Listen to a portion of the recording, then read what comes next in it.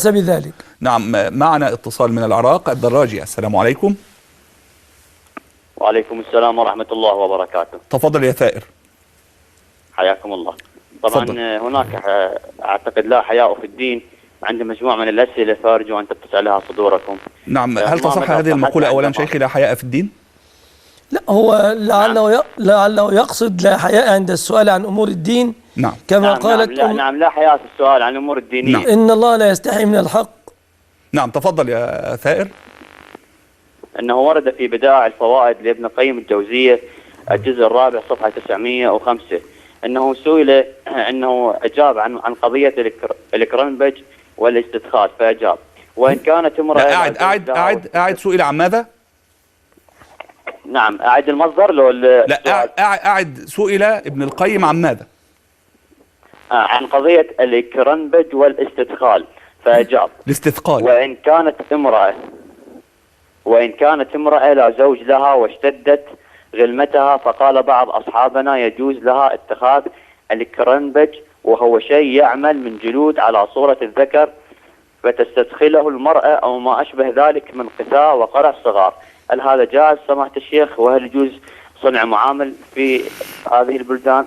أما السؤال الثاني. طيب، لا، انتظر يعني نجيب سؤالا. نعم. سؤال يعني هذه المسألة شيخي بارك الله فيكم يعني. عذرا، أما النقل عن ابن القيم فلا أعلمه، أما عن الجواز فلا يجوز، وذلك لأن الله قال: والذين هم لفروجهم حافظون إلا على أزواجهم أو ما ملكت أيمانهم فإنهم غير ملومين، فمن ابتغى وراء ذلك فأولئك هم العادون. فمبتغي الزوج الحلال وملك اليمين عاد كما قال تعالى في كتابه الكريم، والله أعلم.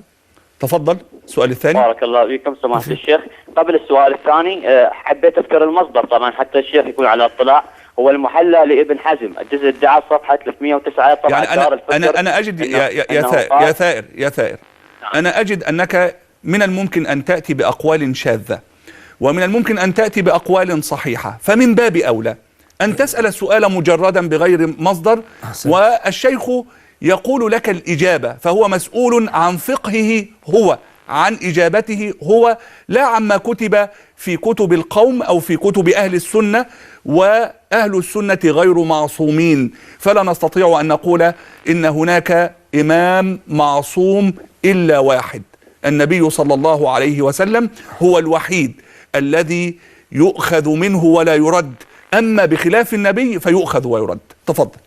أشكرك يا أستاذ أسامة على هذا التنويد الطيب الجيد. أنا عندما أقرأ هذه الفتاوي في الكتب نعم أرى هل أطبقها أم لا، فأسأل سماحة. لا، ما هو من باب أولى، من باب يعني ليس مبررا، من باب أولى أن تسأل السؤال وما يطمئن إليه قلبك إن شاء الله. لن يخشى، وهذا ظن غالب، أن يكون أو أن يفهم المقصد أنه طعن في الأئمة، لكن إذا سألت السؤال هذا المفهوم، لأن وجهتك وجهة شيعية، فالمفهوم من كلامك أنك تطعن بهذه النقولات في قائليها، فاسأل سؤالك إن كنت تريد وجه الله سؤالا مجردا: ما حكم من يصنع كذا كذا بهذه الطريقة؟ نعم، حفاظا على أعراض من سبقوا، حفاظا على أعراض من سبقوا من ناحية، ومن ناحية أخرى أننا نحتاج إلى بحث في النقل عنهم، والوقت لا يسعفنا الآن في النقل عنهم، فاسأل سؤالك تبتغي به وجه الله وتثاب. أشكرك يا أستاذ أسامة، زادك الله فهما. الله يبارك فيكم. السؤال الثاني.